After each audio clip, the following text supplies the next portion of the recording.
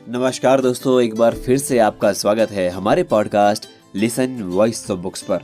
आज जो कहानी मैं आप लोगों के सामने प्रस्तुत करने जा रहा हूँ उसका नाम है चार दोस्त। ये कहानी स्कूल के चार करीबी दोस्तों की आंखें नम करने वाली कहानी है।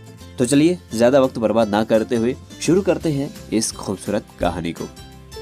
चार दोस्त जिन्होंने एक ही स्कूल में एसएससी तक पढ़ाई की। उस समय शहर में इकलौता लग्जरी होटल था। एसएससी की परीक्षा के बाद उन्होंने तय किया कि हमें उस होटल में जाकर चाय नाश्ता करना चाहिए। उन चारों ने मुश्किल से 40 रुपए जमा किए। रविवार का दिन था और 10:30 बजे वे चारों साइकिल से होटल पहुंचे। दिनेश, संतोष, मनीष और प्रवीण चाय नाश्ता करते हुए बातें करने लगे।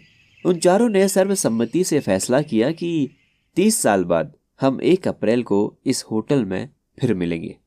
तब तक हम सबको बहुत मेहनत करनी चाहिए। ये देखना दिलचस्प होगा कि इसमें किसकी कितनी प्रगति हुई है।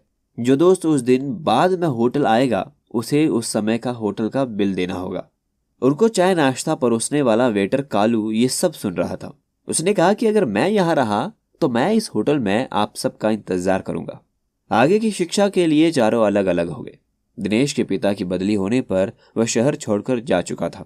संतोष आगे की पढ़ाई के लिए अपने चाचा के पास चला गया। मनीष और प्रवीण को शहर के अलग अलग कॉलेजों में दाखिला मिला। आखिरकार मनीष भी शहर छोड़कर चला गया। दिन, महीने, साल बीत गए। 30 वर्षों में उस शहर में आमूलचूल परिवर्तन आया। शहर की आबादी बढ़ी, सड़कों, फ्लाईओवर, महानगरों ने बदल दी शहर की सूरत।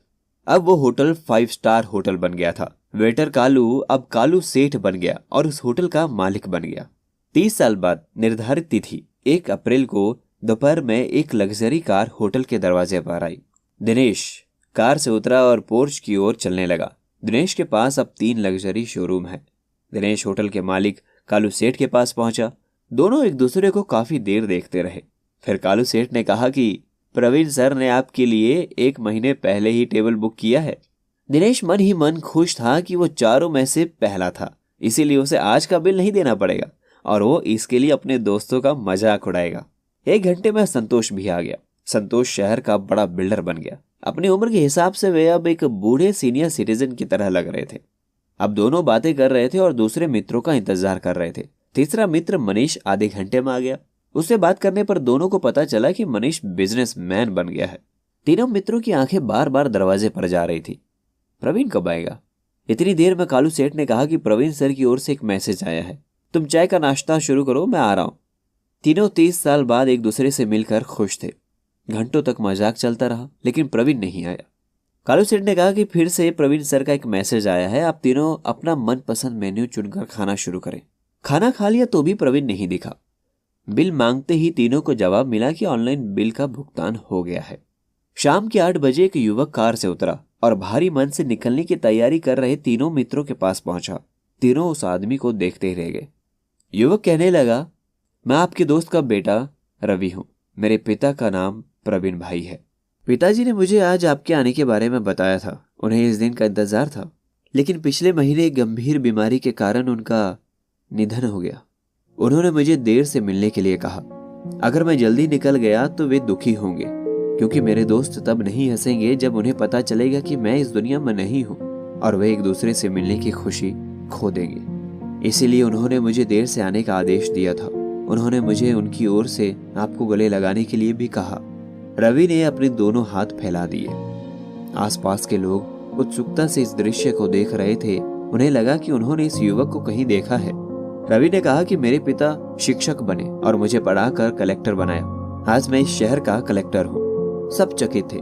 कालू सेठ ने कहा कि अब 30 साल बाद नहीं, बल्कि हर 30 दिन में हम अपने होटल में बार बार मिलेंगे और हर बार मेरी तरफ से एक भव्य पार्टी होगी। तो दोस्तों, ये थी कहानी चार दोस्त। अपने सगे संबंधियों से मिलते रहो। मिलने के लिए बरसों का इंतजार मत करो। ना जाने कब किसकी बिछड़ने की बारी आ जाए और पता ही ना चले।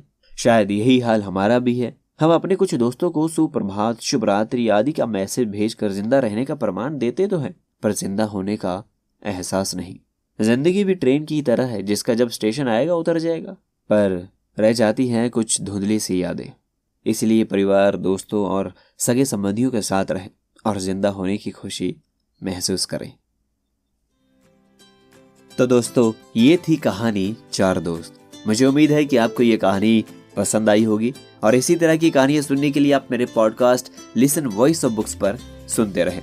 इस कहानी को सुनने के लिए और ढेर सारा प्यार देने के लिए आप सभी का बहुत बहुत शुक्रिया।